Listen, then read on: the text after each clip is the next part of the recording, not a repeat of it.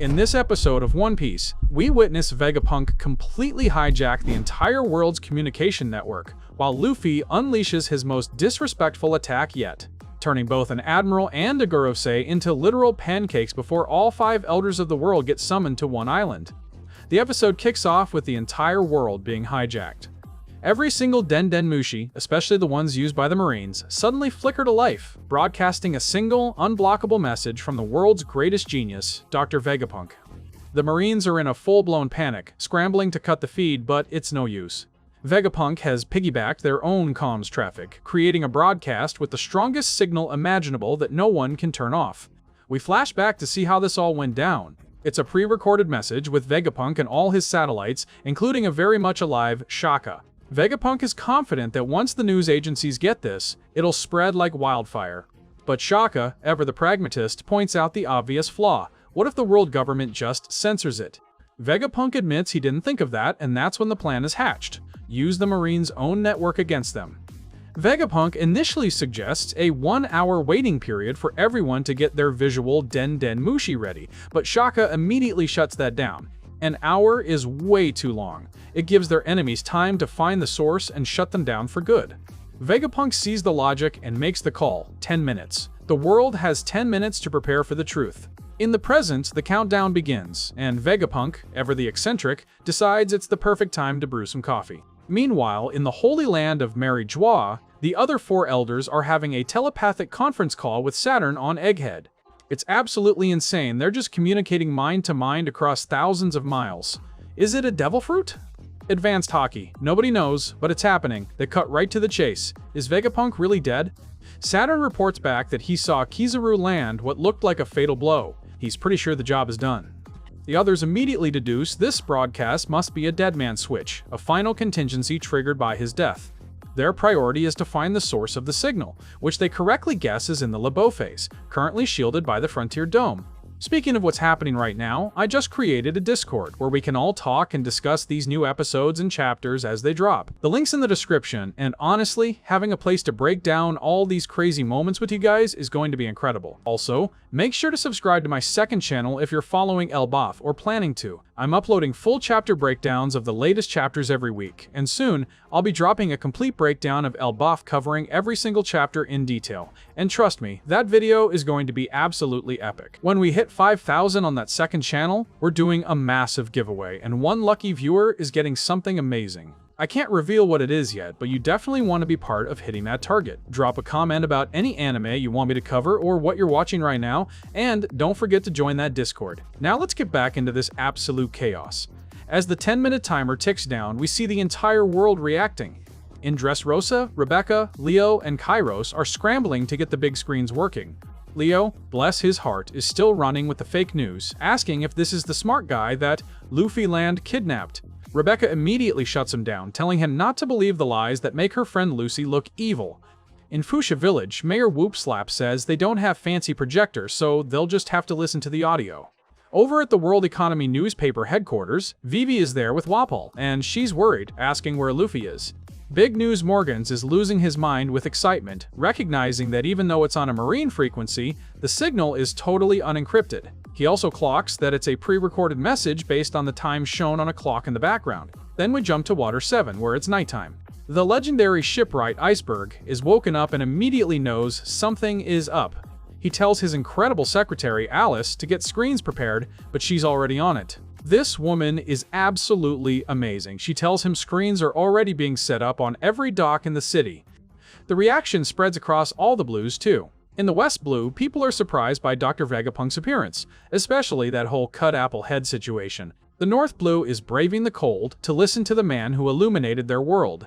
Down in the South Blue, they're wondering what could be important enough for Vegapunk to address them like this, maybe some revolutionary invention or breakthrough. And finally, we see the Revolutionary Army in the Kamabaka Queendom. Ivankov is shocked to see Vegapunk's new Applehead look. Koala is surprised to finally see the man in person, while Morley admires his guts for pulling a stunt like this. Dragon is just watching silently, his mind flashing back to when Shaka told him that he expected to die very soon. Seriously, this guy Dragon just reminiscing instead of taking action is something else. Back on Egghead, the main event is still going down. Luffy, in his giant Gear 5 form, is still holding on to Kizaru and Saturn. He's getting frustrated, realizing his punches aren't doing any real damage to the Elder. Kizaru sees an opening and fires a laser beam from his eyes, while Saturn raises a venomous leg to strike. But Luffy is just too massive, dodging the attacks without letting go of either of them. He's not letting them go until he knows his friends are safe, so he decides to try a new strategy. Reeling his giant arms back, Luffy unleashes a brand new attack, screaming, "Gomu Gomu no Don symbol." He slaps his hands together with Kizaru and Saturn caught in between. The impact is ridiculous. When he pulls his hands apart, both the Admiral and the Gorosei are flattened into literal paper-thin pancakes, with little stars circling their heads. The level of disrespect is off the charts. Luffy then picks up the two flattened powerhouses and starts twirling them on his finger like pizza dough. People are already calling Kizaru Pizarro after this. A Marine with binoculars manages to catch a glimpse of this absolute madness, which is incredibly bold considering Saturn promised to kill anyone who looks at him without permission. This guy is really risking it all just to witness Luffy turning the world's most dangerous people into cartoon characters. Seeing that he can't seem to finish them off, Luffy decides to just get rid of them, yeeting both of them towards the ocean with a huge grin on his face. Kizaru goes flying and crashes into a Marine battleship, causing a massive explosion. We see him lying there on the deck, panting, completely taken out of the fight for now. In what looks like his final act, Kizaru covers his wounds with light, essentially cauterizing them shut, like he's sealing his own injuries to keep himself alive just a little longer. But Saturn is a different story. Just as Luffy is laughing, the pancake flat elder comes flying back like a boomerang, reforming and spinning like a venomous buzzsaw with his bladed legs aimed right at Luffy's head. Luffy's face shifts from joy to pure frustration and shock. He dodges the attack and is just furious, screaming, "What? Why isn't he taking any damage after I did all that?" And that's the billion-dollar question. Is this just his broken regeneration? Some kind of tangible projection? A power granted by Imu herself that makes the Elders basically immortal? We don't know, but it's clear Saturn is on another level of broken. Just then, the telepathic link reopens. The other Gorosei tell Saturn, "There is no time. We cannot allow Vegapunk to talk." Saturn gets the message. He looks up and says aloud, "I know. Then I shall call you all." And then it happens. Saturn touches the ground and a massive magic circle appears, identical to the one that summoned him in the first place. But this time, it's not alone. In 4 other locations around him, black lightning strikes the ground, and 4 giant summoning circles erupt in huge columns of black flame. Meanwhile, the giant warrior pirates have made it back to their ship with Bonnie, Frankie, and Atlas safely in tow, but even they can feel the demonic energy spreading across the island. Luffy is just staring, his eyes literally popping out of their sockets as he just says, "What are those?" Miles away, Sanji, who is still carrying Vegapunk's body, looks back in horror. He recognizes the energy, the flames, the sheer demonic presence. He says, "Those things, they're from when the spider grap appeared too." The planets are aligning, the stars are assembling. All 5 of the Gorosei are being summoned to Egghead Island.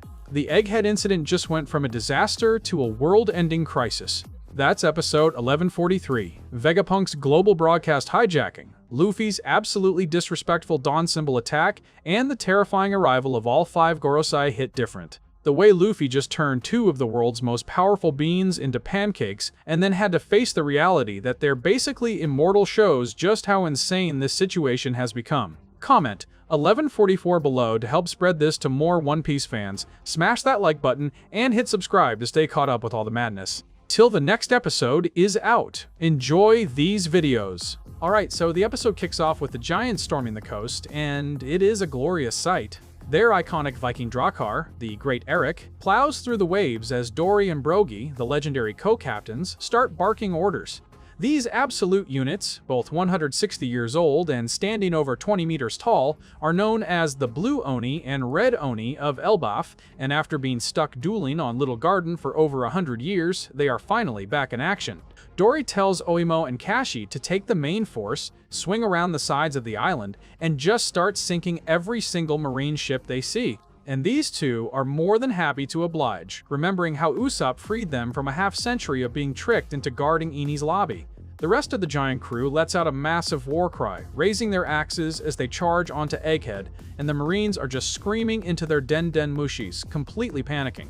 A legendary pirate crew that's been disbanded for a century just showed up out of nowhere to help a Yonko, and now they're just tearing the Buster Call blockade to pieces. Up on the Lebo phase, someone is gasping, and it's our boy Usopp. He's got the binoculars out, and he is just bawling his eyes out, seeing his old masters from Little Garden back in the fight. He's screaming their names, still not believing it's real. Nami, ever the sharp one, immediately spots Oimo and Kashi in the chaos and puts it all together. They must have gone to Little Garden to pick up their captains.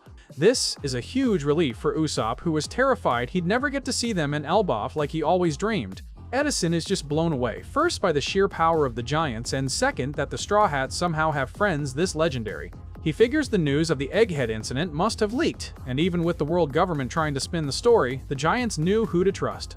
Usopp snaps back to reality. The giants are here for a rescue mission, not a full-blown war. They need to get their escape preparations finished right now. Just then, the Den Mushi rings. It's Brook and Lilith on the Thousand Sunny, which is still sliding across the frozen clouds. They're getting close to the edge, but they have no way to stop the ship. Lilith, however, says she has an idea, but she needs Nami and the others to pay close attention and follow her directions. Elsewhere, Jinbei is still bouncing across the clouds, making a beeline for Zoro. And speaking of Zoro, he is still locked in that brutal stalemate with Rob Lucci. This fight has been raging this entire time, and both of them are starting to look seriously worn out. Lucci, being the ruthless government dog he is, tries to get in Zoro's head, calling him dead weight and a burden to his crew. He sneers that the Straw Hats will never escape if they have to wait for him, so Zoro should just give up and let his friends live. But Zoro just scoffs, mocking Lucci for thinking he's in any position to be making demands.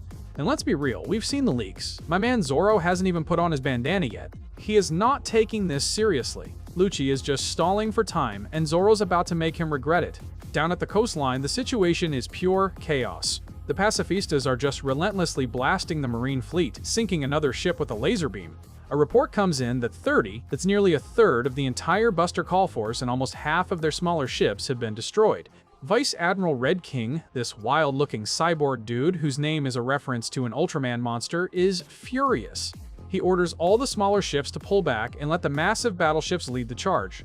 They open fire on the pacifistas, and Red King looks disgusted that he has to order the destruction of their own weapons.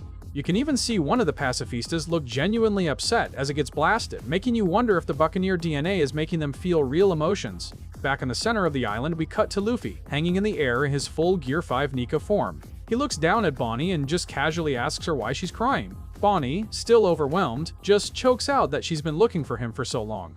Luffy is totally confused, saying he's been right here with her this whole time. She tries to explain that she was looking for Nika, and Luffy, bless his heart, is just like, "What is Nika?" Before she can even answer, he changes the subject, telling her that punch she threw earlier was super weak. Bonnie rolls with it, telling him if it was so weak, he should show her how a real Nika punch works.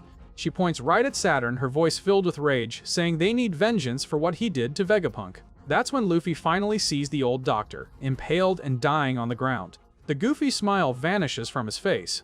Saturn, completely unrepentant, declares that none of them have a right to live. But Luffy just rejects that outright. Saturn glares, unleashing that same invisible eye power that paralyzed everyone before. It slams into Luffy, knocking his head back and drawing blood, proving this weird power isn't something Gear 5 can just cartoonishly ignore. But this is Luffy we're talking about. He grits his teeth and yells that Saturn is going to pay. He pulls both his giant fists back and unleashes a brand new god-tier attack, Gomu Gomu no Dan Gatling.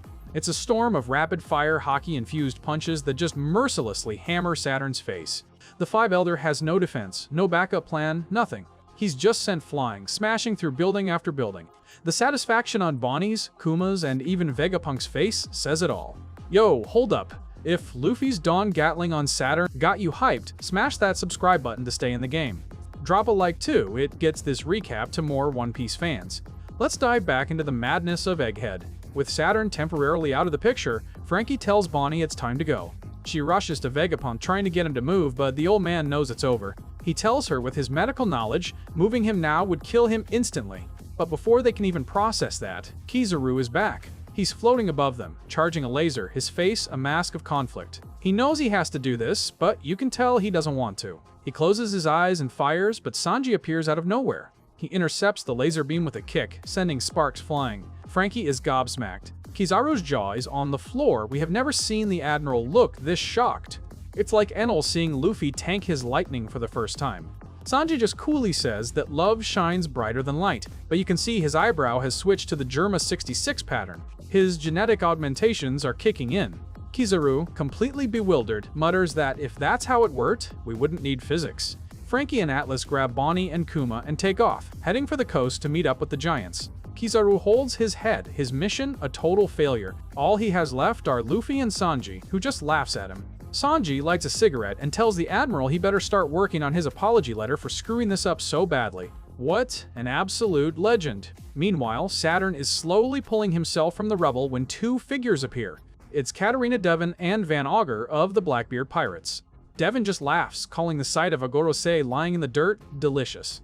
She steps forward, puts her hand on Saturn's spider leg, and happily declares, "Mission complete." Thanks to her mythical nine-tailed fox devil fruit, she can now transform into one of the 5 most powerful figures in the world. Saturn is furious, demanding to know what they're doing here. He finds it bizarre that a notorious criminal from level 6 of Impel Down would choose to serve anyone. But Devon just chuckles and says that Teach is special.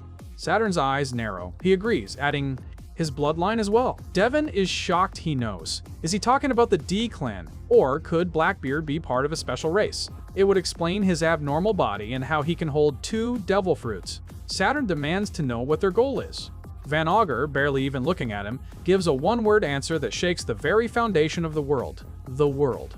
They're not just after the One Piece, they want it all, just like Rock's Zebek. Saturn attacks, but Augur warps them away with his devil fruit. They're still on the island. Augur admits his powers aren't perfected yet, but they're out of immediate danger. And just as they're about to leave, they get another surprise. A slimy figure comes running towards them, crying. It's Caribou. He goes full fanboy, calling them by their titles and begging them to let him meet Blackbeard. He idolizes Teach and became a pirate because of him.